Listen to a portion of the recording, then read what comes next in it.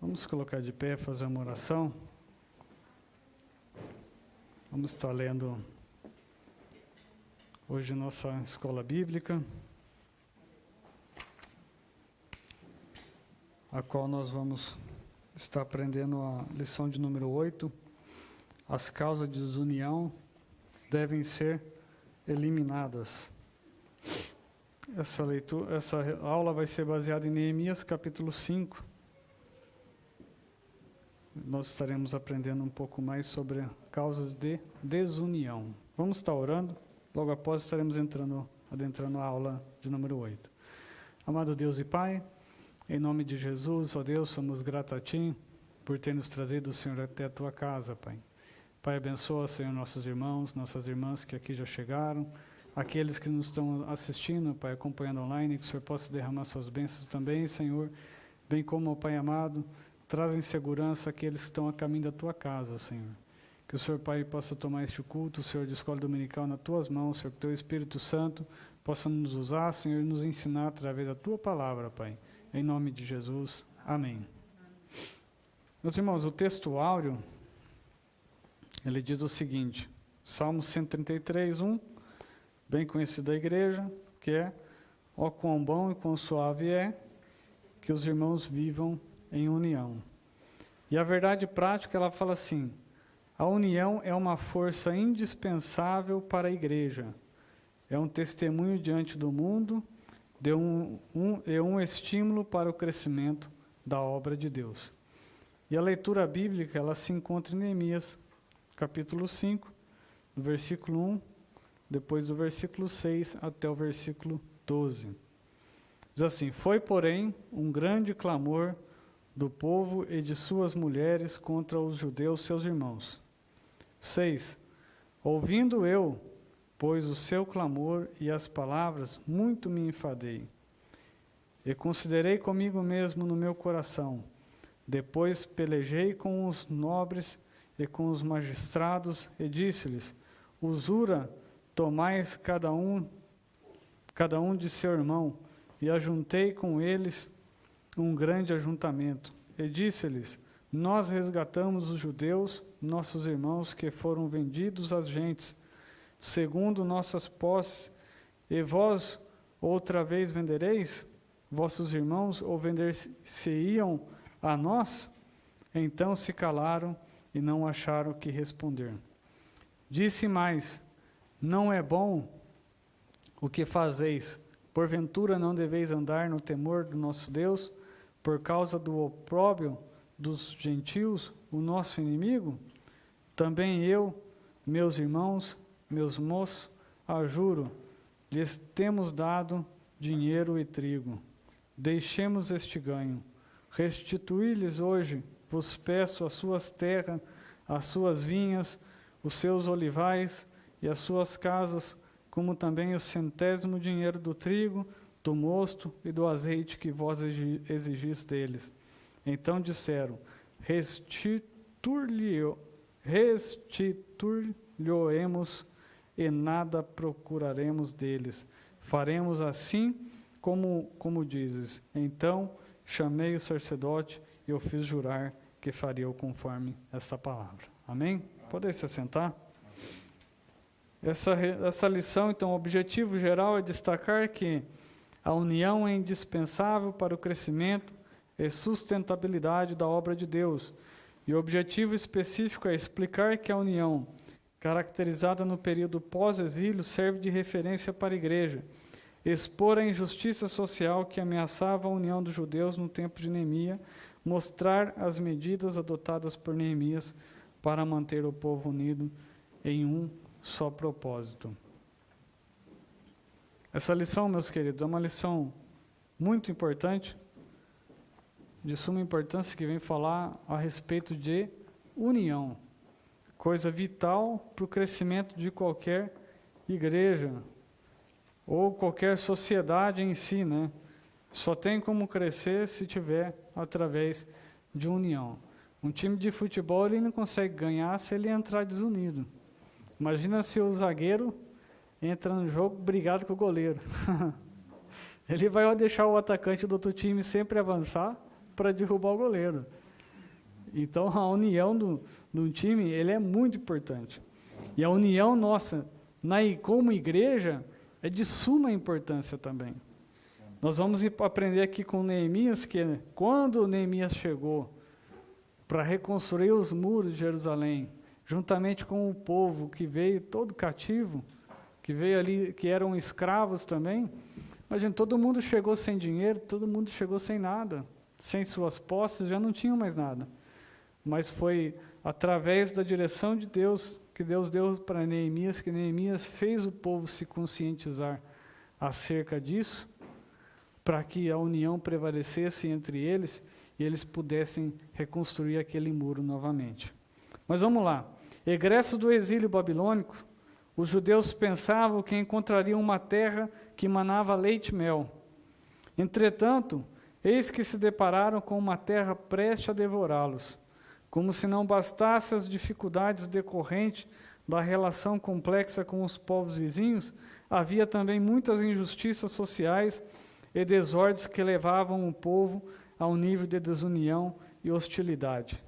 Neemias foi usado por Deus para levar os judeus a manterem-se unidos em um só propósito.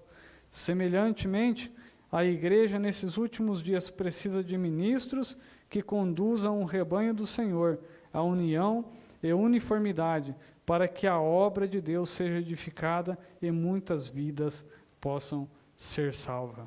Nós aqui, como ministros de Deus, nós temos por obrigação, pela palavra do Senhor, fazer com que a igreja se una cada vez mais. Então, Neemias, quando ele voltou para reerguer os muros, ele se viu nessa posição, porque foi confiado sobre ele essa posição. Então, ele se viu na obrigação de reunir o povo novamente. Imagina se Neemias voltasse com o seu objetivo, o povo voltasse com ele. Ele falou, olha, agora cada um se vira e a gente precisa levantar um muro, cada um dá o que tem, faz o que der para fazer. Eles não teriam levantado. Mas Neemias foi diante dos ricos ali que haviam, porque o povo tinha emprestado dinheiro, devia para eles, e eles cobravam juros muito altos. Foi que Neemias começou a explicar para eles o que é que eles estavam fazendo, que eles estavam no caminho errado, que eles estavam usurpando aquilo que era propriedade dos outros, simplesmente por uma simples ganância deles mesmos. Então Neemias foi explicar isso daí. Mas vamos lá, irmãos, nós vamos chegar nesse ponto. Introdução. Veremos nessa lição um conflito que surgiu entre diferentes classes sociais e como o problema foi solucionado.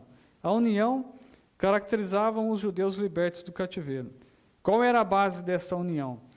Todos eram do mesmo povo e confessavam a sua fé no único Deus verdadeiro. O altar havia sido renovado, o templo levantado e o culto a Deus restaurado conforme os ritos da lei. Todavia, experimentado o despertamento que havia sido iniciado pelo rei Ciro, todos haviam cooperado ativamente para a restauração da cidade de Jerusalém. O 2 vem, esta união entre os judeus simbolizava a união que deve haver dentro da igreja. Também na igreja há muitas coisas unificantes, todos experimentaram o novo nascimento, todos que nasceram de novo amam os que são nascidos por ele, Jesus. Todos na igreja são aproximados uns dos outros, porque Cristo derrubou o muro de separação que havia entre os gentios e judeus, tornando-os uma verdadeira família de Deus. E essa união não se baseia em nacionalidade, nível social ou cultura, mas todos são um em Cristo. Irmãos, a Bíblia fala que nós, como igreja, somos um corpo cuja cabeça é Cristo. Mas mas se nós olharmos para o nosso corpo, quando a Bíblia ela faz essa denotação que nós somos um corpo, a Bíblia ela nos estimula também a olhar para o nosso corpo. Tanto é que a Bíblia fala, o pé não pode tomar o lugar da mão, nem a mão do pé. Então a Bíblia deixa muito bem claro que como um corpo, Cada um tem a sua especialidade. Mas, num corpo, todos os membros são importantes. Se não fosse importante, talvez a gente olhe e fale assim, meu dedinho não tem nenhuma importância. Arranca ele fora. Você vai ver a falta que ele vai lhe fazer. Não é? Então, irmãos, todos os membros do corpo são importantes. Não tem como um membro falar que não precisa do outro. Eu já falei isso aqui uma vez, a respeito do olho e da mão, né? Porque cai um cisco no olho, a primeira coisa que a gente vai para o olho é o nosso dedo. Vai lá tentar tirar aquele cisco lá. Mas se não fosse o olho também, como é que nós enxergaríamos a nossa mão? Então, a gente vê que todo membro do corpo ele tem a sua suma importância. Então, no meio da igreja, opera o Espírito Santo, o qual faz com que todos se tornem um coração e uma alma. Quando a igreja vive cheia do Espírito Santo, a união funciona em sua plenitude e então ela se torna uma antessala do céu. O céu é a sala principal. Uma igreja unida, irmãos, é a antessala do céu. Você entra nela para se aproximar mais de Deus. Aleluia. Amém. Então, e a quem cabe, irmãos, a quem cabe a responsabilidade de fazer a união da igreja? A mim. Eu, ao pastor Lucas, à irmã Tereza, a todos. Todos, cada um tem a sua responsabilidade de fazer essa união. Todos têm. Não adianta eu jogar a culpa só num, falar, não, a igreja é desunida por causa do pastor. Não, a igreja é desunida porque o pastor André desune a igreja. Não, a igreja é desunida porque esse desune a igreja. Não. A responsabilidade de manter a igreja unida é minha. Na aula passada, nós citamos lá em Provérbios que Deus, Ele odeia, né, aquele que semeia contenda entre os irmãos. 6 coisas o Senhor abomina, a 7ª, as 6 coisas o Senhor odeia, a 7ª Ele abomina, né? Que é o que semeia contenda entre os irmãos. Então, nesse quesito união, eu sou responsável, eu como pessoa responsável por manter a minha igreja unida. Não adianta eu transferir para A ou para B uma responsabilidade que é minha. Então, se cada um se vestir da sua responsabilidade, a igreja vai caminhar unida, irmãos. Amém? E um ponto que o escritor escreveu aqui, que eu acho que é muito importante para a nossa igreja, que é uma igreja multicultural, né? Que ele fala assim, esta união não se baseia em nacionalidade, nível social ou cultural, mas todos são um em Cristo. Irmãos, não adianta eu querer me basear com o fato de eu ser brasileiro. Então eu vou unir os brasileiros. Não adianta o pastor Lucas se basear no fato dele ser angolano, ele falar, eu vou unir os angolanos. Daí o Patrick fala, não, eu sou português, eu vou unir os portugueses. Os portugueses, né? Então, não adianta, irmãos. Isso não se baseia em nacionalidade. Aqui todos são um em Cristo. Aqui nós deixamos de fora as nossas raízes e nós imergimos numa cultura cristã.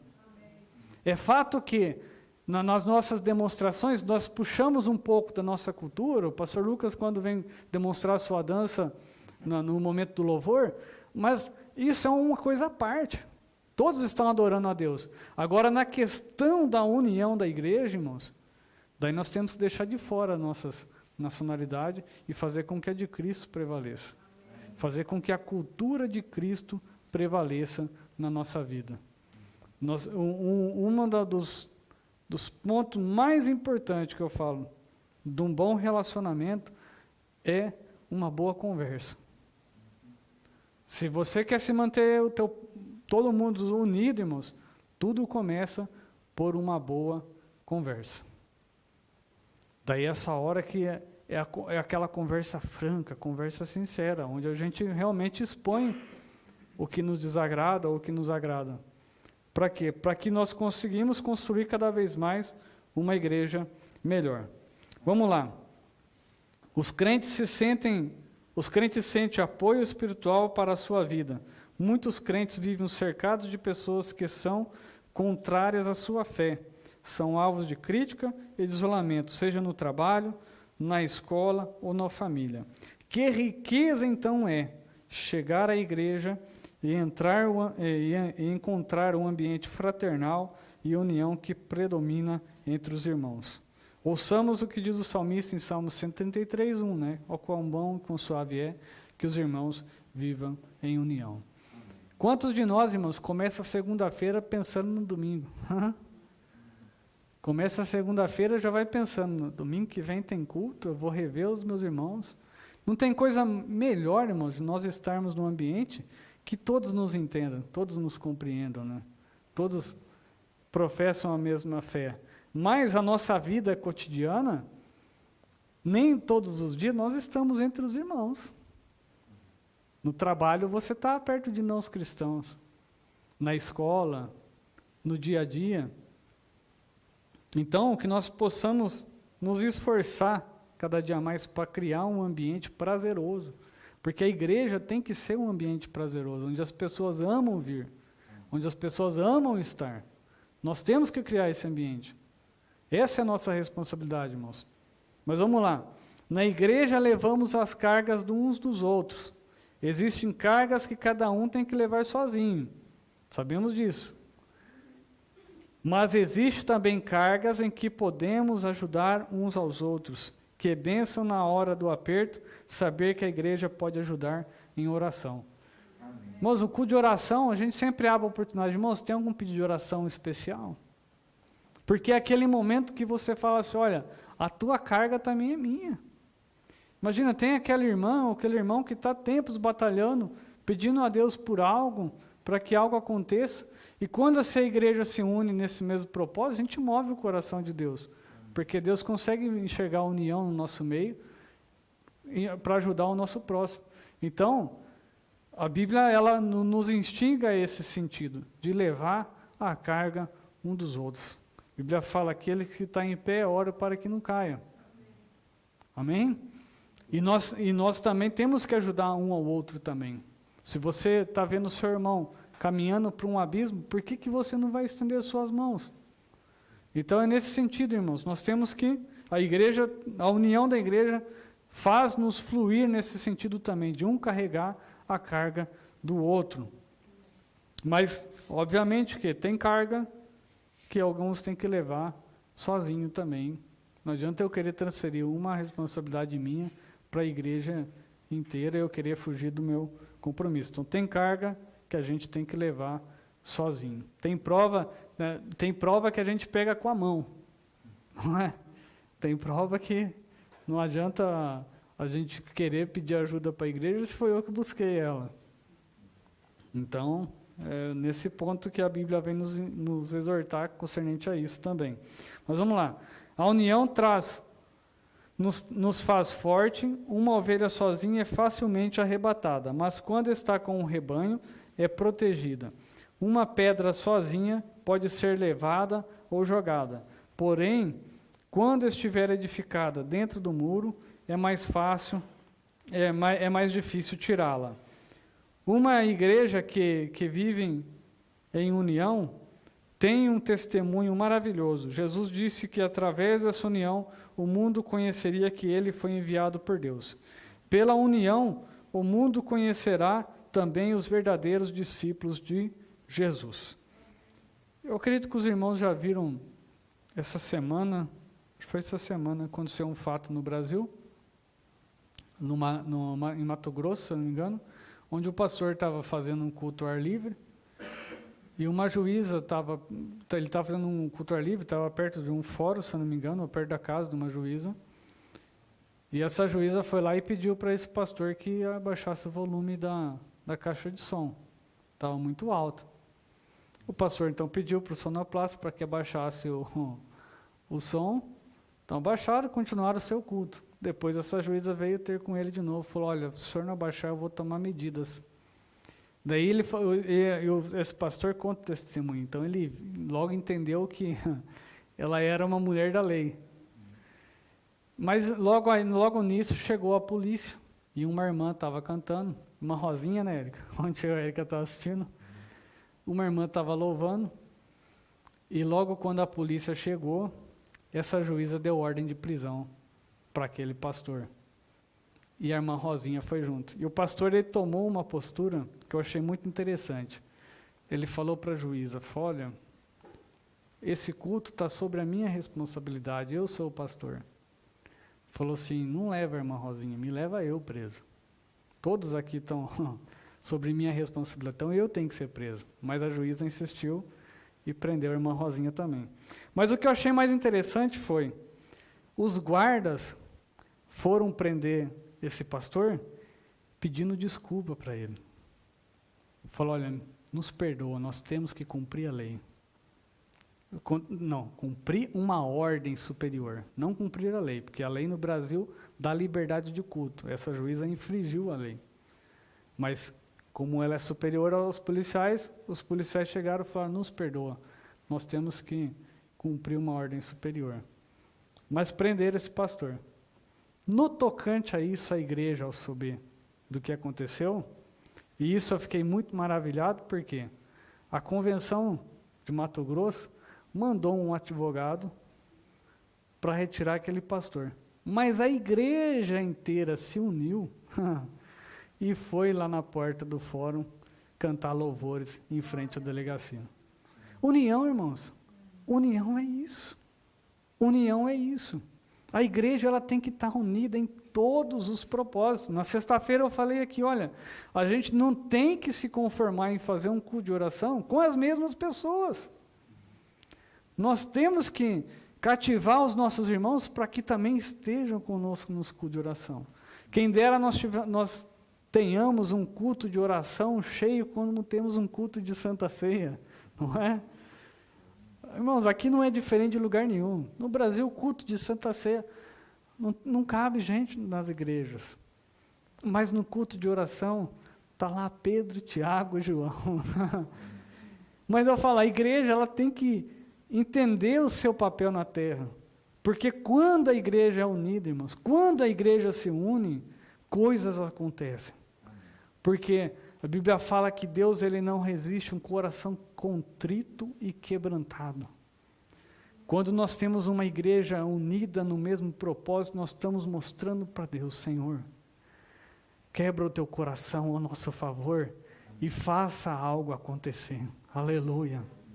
Então esse papel é meu, eu tenho que fazer isso, eu tenho que fazer a minha parte e estar aqui no culto, juntamente com a igreja.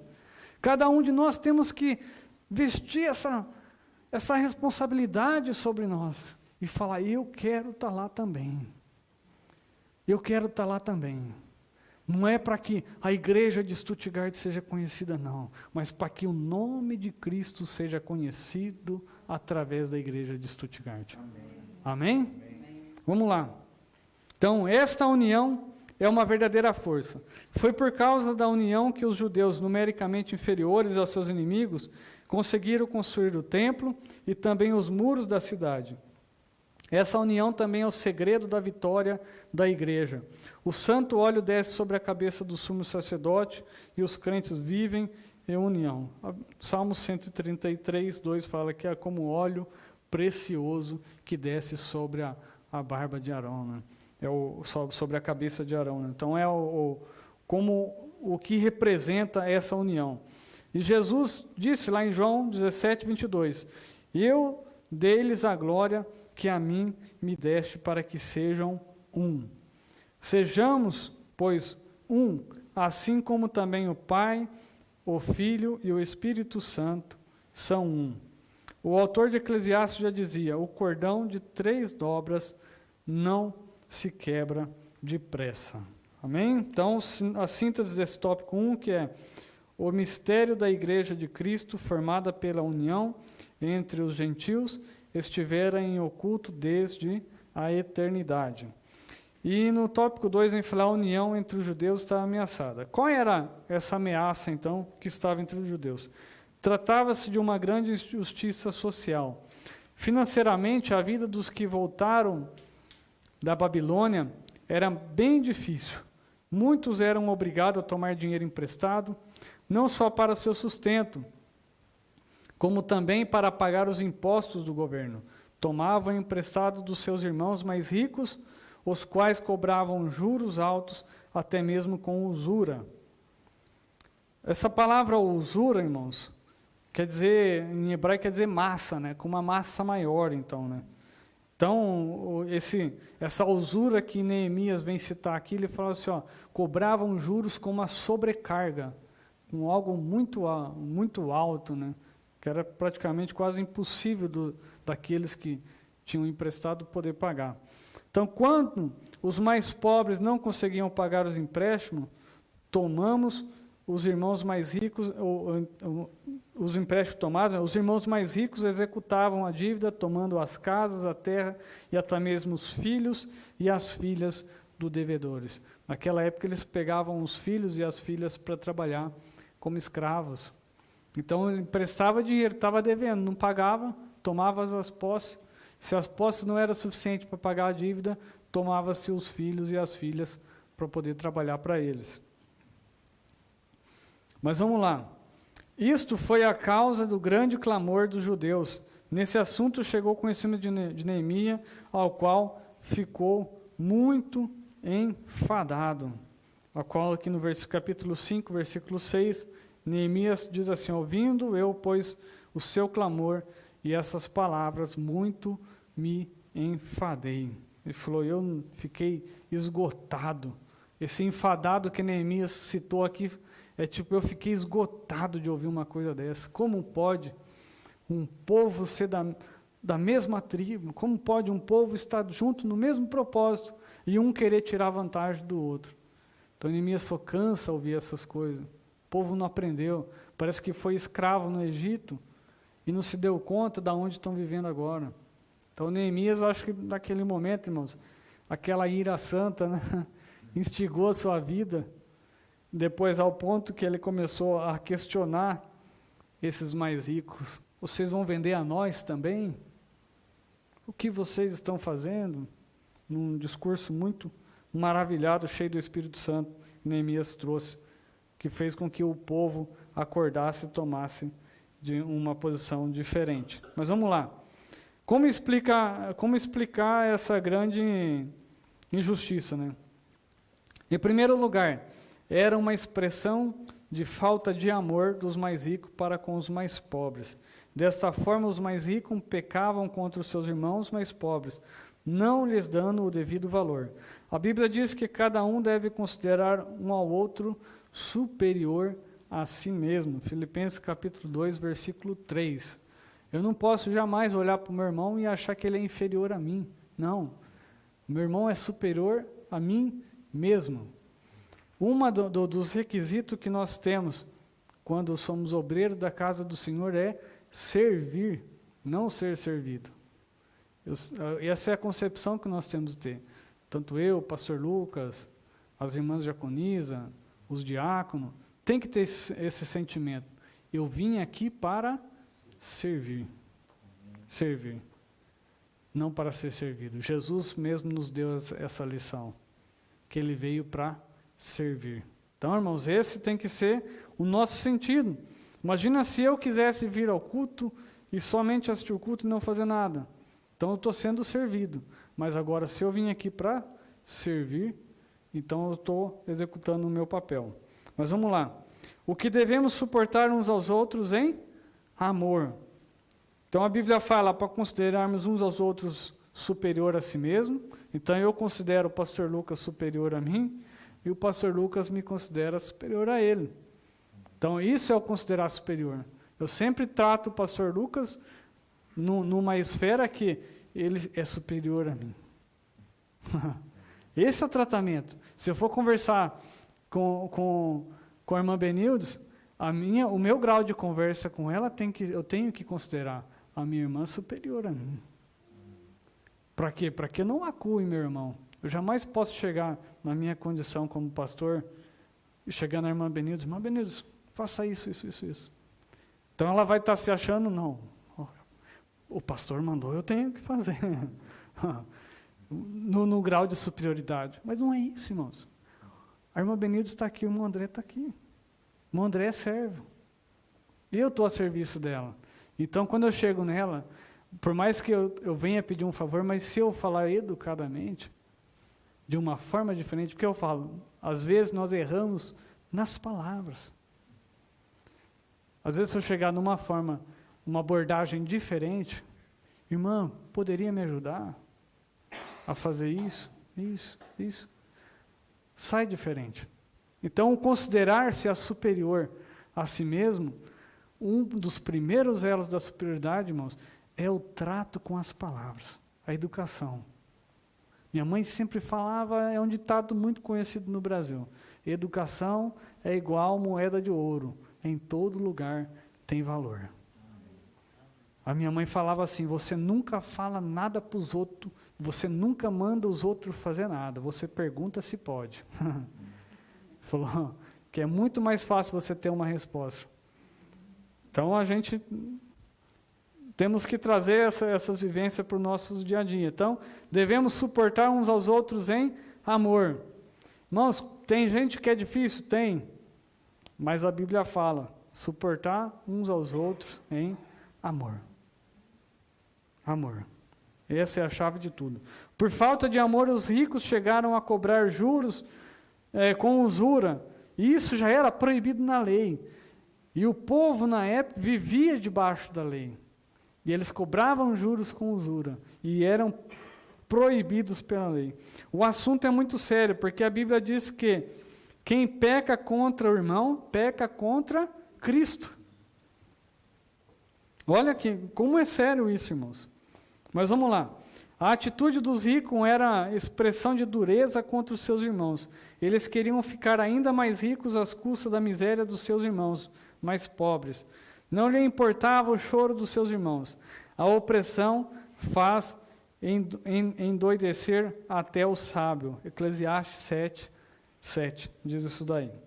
Mas vamos lá. Neemias convocou um grande ajuntamento. Neemias, capítulo 5, versículo 8.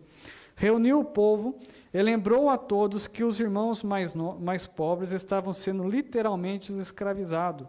Confrontou-os com a sua injustiça, perguntando-lhes, vender-se-iam a nós? Então se calaram e não acharam o que responder. Neemias encurralou, irmãos, aqueles que estavam tirando proveito dos mais pobres. Falou, olha, eu estou numa posição de liderança agora.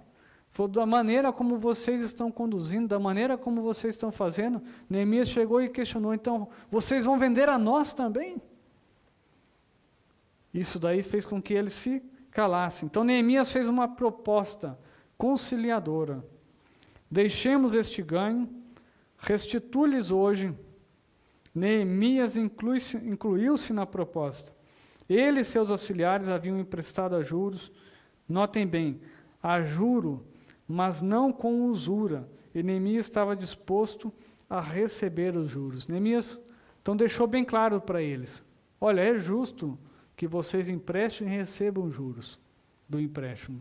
Falou, mas com usura não.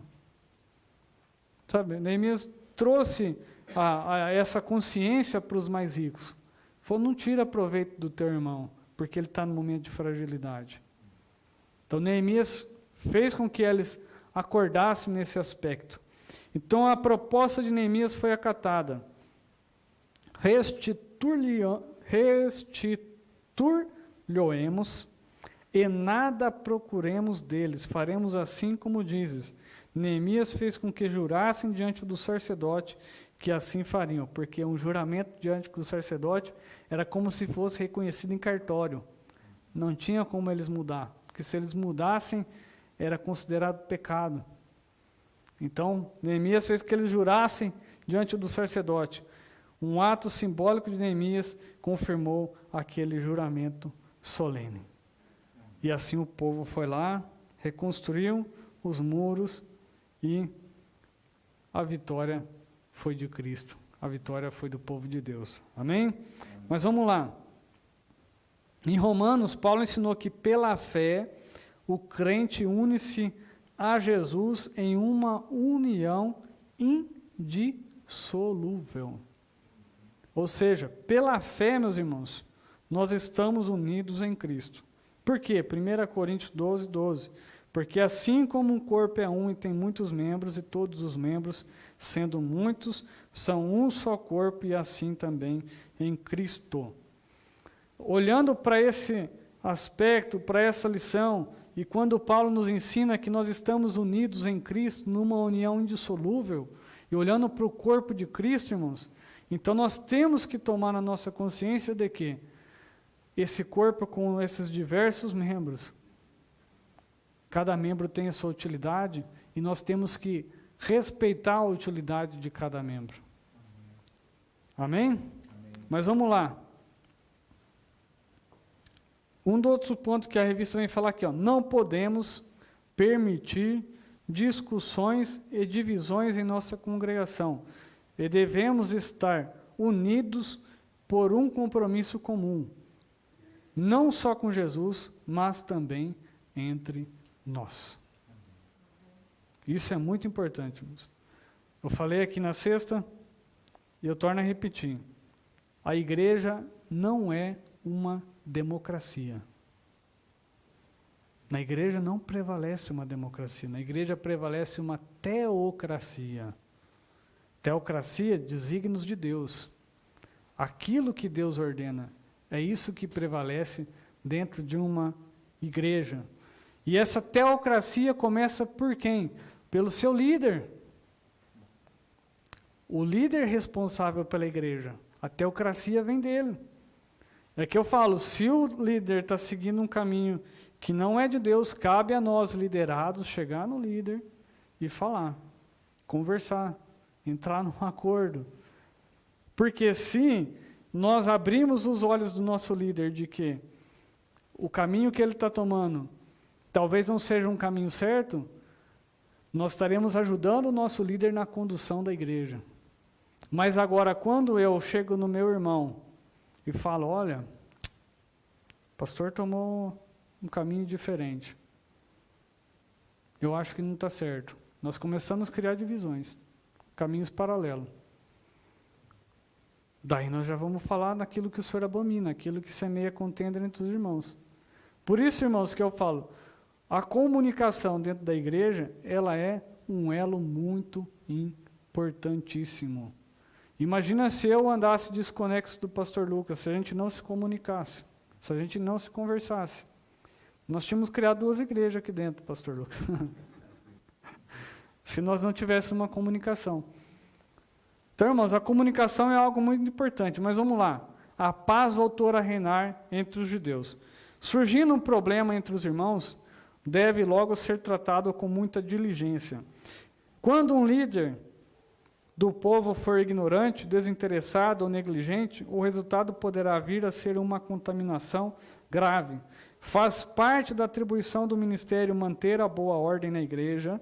Ele deve enfrentar os problemas com humildade, imparcialidade e com sabedoria de Deus. Irmãos, surgindo um problema entre os irmãos, deve logo ser tratada com muita diligência. Irmãos, às vezes a gente tem uma coisa que a gente carrega dentro de nós, é que o tempo resolve. O tempo não resolve nada. O tempo só passa. E o tempo não cura. O tempo deixa feridas. O tempo cria cicatrizes, mas não cura a ferida. Esse é o problema. Eu falo, um líder, irmãos, aqui vem falar, quando um líder do povo for ignorante, desinteressado ou negligente, o resultado poderá ser uma contaminação grave. E faz parte das atribuições do ministério, a boa ordem da igreja. Ele deve enfrentar os problemas com humildade, imparcialidade e com sabedoria. Irmãos, isso aqui é muito sério. Eu participava no Brasil de umas reuniões, e tinha as reuniões do ministério, era sempre assim, no domingo era uma reunião do ministério, e numa quinta-feira era reunião com os pastores das igrejas. Essa reunião com os pastores, irmãos, eu até comentei com a Érica esses dias em casa. Eu falei, na reunião do ministério, você viu o pastor presidente? Você fala, nossa, o pastor é bonzinho. O pastor, olha como ele trata. Mas na reunião de quinta-feira, que era com os líderes, irmãos, você via um outro pastor. Mas ali, eu via que era um pastor, um líder nato. Por quê? Ele tomava posturas para manter a boa ordem da igreja. Porque se esse pastor não tomasse essa postura, irmãos, todos os pastores ali iam engolir ele, no português bem claro, né? Iam engolir ele, iam fazer da igreja o que eles quisessem. Mas esse pastor, ele tomava postura. Daí quando o pastor falava, não, mas isso tem que ser assim. Eu lembro quantas vezes o pastor falou assim, eu conversei com a diretoria e resolvemos assim, e vai ser assim daqui em diante. Mas eu não aceito isso. Paciência. Paciência. Mas ele mostrava a sua posição como líder da igreja. E todos os respeitavam. Todos os respeitavam. Porque ele mostrava seu líder. Não é imposição, irmãos. Isso não é imposição. Mas porque o pastor, ao exercer a teocracia na igreja, ele está enxergando a vontade de Deus. Esse é um grande problema que existe, muitas das vezes, é quando um pastor cria muitos elos dentro da igreja. No Brasil, antigamente, agora não muito, mas eu lembro que eles não deixavam mais que 5 anos um pastor dentro de uma igreja. Por quê? Porque senão criava muito elo. E o criar elo é uma coisa perigosa. Porque muitas das vezes o líder acaba massageando o pecado dos outros. E sendo que deveria tomar uma posição enfática de combatê-lo. Porque enquanto aquele que eu não me aproximo erra, é fácil eu corrigi-lo. Eu chegar e falar, não, irmãos, você errou. Tá? É fácil adverti-lo. E quando é aquele que está no meu aconchego, no meu dia a dia? E daí eu preciso levar uma palavra de repreensão, uma palavra de correção. É essa hora que aqui vem falar, que ele tem que agir com humildade, imparcialidade e com sabedoria de Deus. Irmãos, muitas das vezes, eu já falei isso e torno a repetir, tem horas que o remédio é amargo. Mas minha mãe sempre falava, remédio ruim é o que cura. Nós ia para brincar para a rua, chegava em casa ralado, machucado. A mãe falava assim, vai tomar um banho, depois eu vou passar mertiolate. Mertiolate era um remédio no Brasil, que a hora que ela encostava, ela puxava, abria a tampinha, saía uma peneirinha. Ela encostava no machucado, irmãos, que lá doía até na alma da gente. Você chorava, a hora que a mãe falava o nome do remédio, já começava a chorar. Daí, só que passava 1, 2 dias, aquela ferida curava. Então, às vezes, irmãos, o pastor vem com remédio amargo, vem com remédio dolorido, que na hora que você engole ele, dói. Você fala, tá ruim esse remédio. Mas ele está fazendo para curar.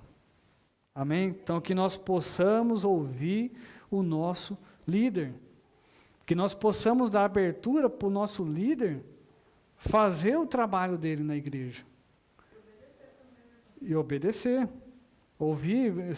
É o que eu falo, se nós entendermos que a voz do nosso líder não está indo contra a Bíblia, é minha obrigação questionar o meu líder. Questionar o meu líder. Não questionar os irmãos. Mas vamos lá. Neemias foi nesse sentido um exemplo para os que estão à frente da obra do Senhor. Assim como Deus, assim como Deus fez com Neemias, Ele quer fazer com os seus servos hoje. Isto é, Deus quer abençoar os seus servos e confirmar as obras do seu irmão. Vamos lá, problemas relacionais devem ser tratados carinhosamente. Bem-aventurados os pacificadores, Mateus capítulo 5, versículo 9.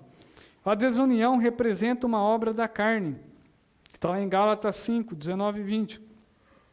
Essas coisas entristecem o Espírito Santo. A desunião desconstrói a comunhão e o amor entre os irmãos. Coisas tão preciosas na igreja. Andai em amor, como também Cristo vos amou.